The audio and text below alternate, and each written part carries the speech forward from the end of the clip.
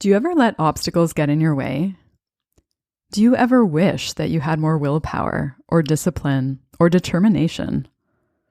This episode is about what commitment looks like, not so much in terms of your relationships with others, but in terms of your relationship with yourself. As in, do you do the things that you want to do?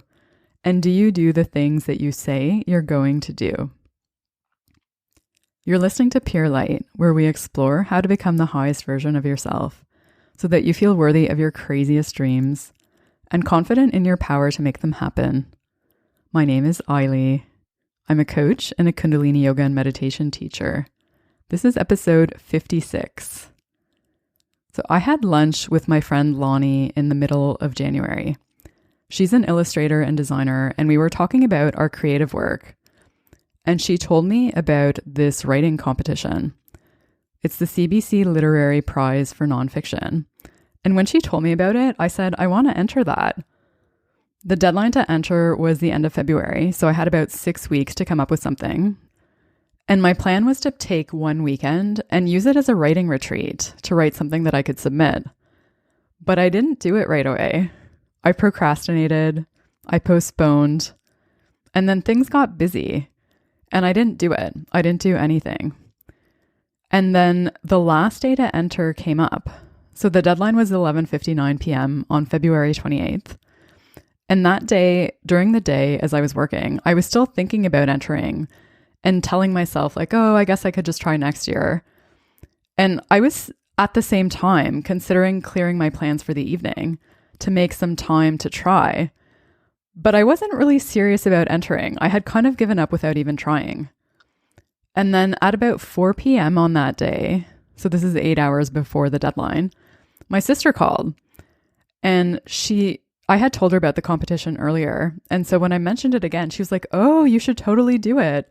And she got all excited. And then I was like, well, yeah, I was planning to, but the deadline is tonight. And she was like, so what's your problem? You have lots of time. And it's kind of funny because in a way she was right. I'm really good at writing things at the last minute. I have a ton of experience in this from high school and university. And so in that conversation, I decided I was going to do it.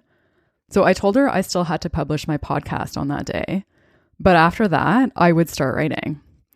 And it felt exciting. And it also felt like a relief in a way because it saved me from continuing to tell myself I can just do it next year. Because who knows, maybe next year I would have done the same thing. So I cleared my plans for that evening. I sat at my desk, I typed, I wrote, I edited. And by 10 p.m., I had something I was really happy with. And then at about 10:30 p.m., I submitted my piece. And I was proud of myself just for entering. And what this experience reminded me is that all that needs to happen for me to be committed to something is for me to make the decision to do it. Commitment starts with a decision, and it's followed by iterative action. And I say iterative because you never really know what's going to be required of you. You never really know what's going to come up. In a previous episode, I talked about resistance and how that looks like finding things to get in your way. In a way, commitment looks like the opposite. It looks like being determined to clear your path. And it just comes down to the decision to do it. Because once I made that decision and I told my sister, okay, I'll submit something, I told her I would do it even if it wasn't finished and even if I didn't think it was very good. So I told her I would do it no matter what. And it's funny because when I went to submit it, I actually ran into another obstacle. There was a $25 fee to submit and my credit card didn't work. It had recently been canceled because of fraud. And I had the new replacement card, but it wasn't activated yet. And so I called to activate it and was told that their systems were down and I would have to call back the next day. Luckily, I was able to pay using other means.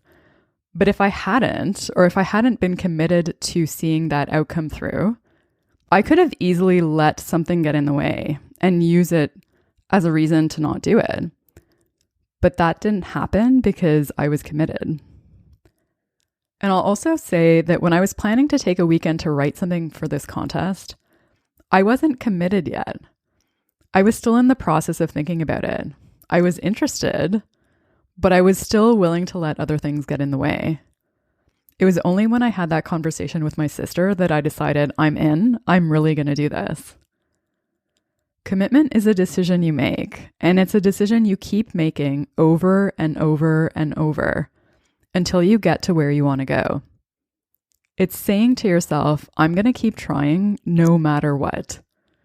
So in a way, you could almost call it recommitment because it's something you do again and again and again. If you enjoyed this, subscribe to Pure Light wherever you listen to podcasts to get new episodes every week. Get strategies and tools to deal with fear, self-doubt, and the voice inside your head. Thank you so much for listening. Until next time, may you be guided by your light.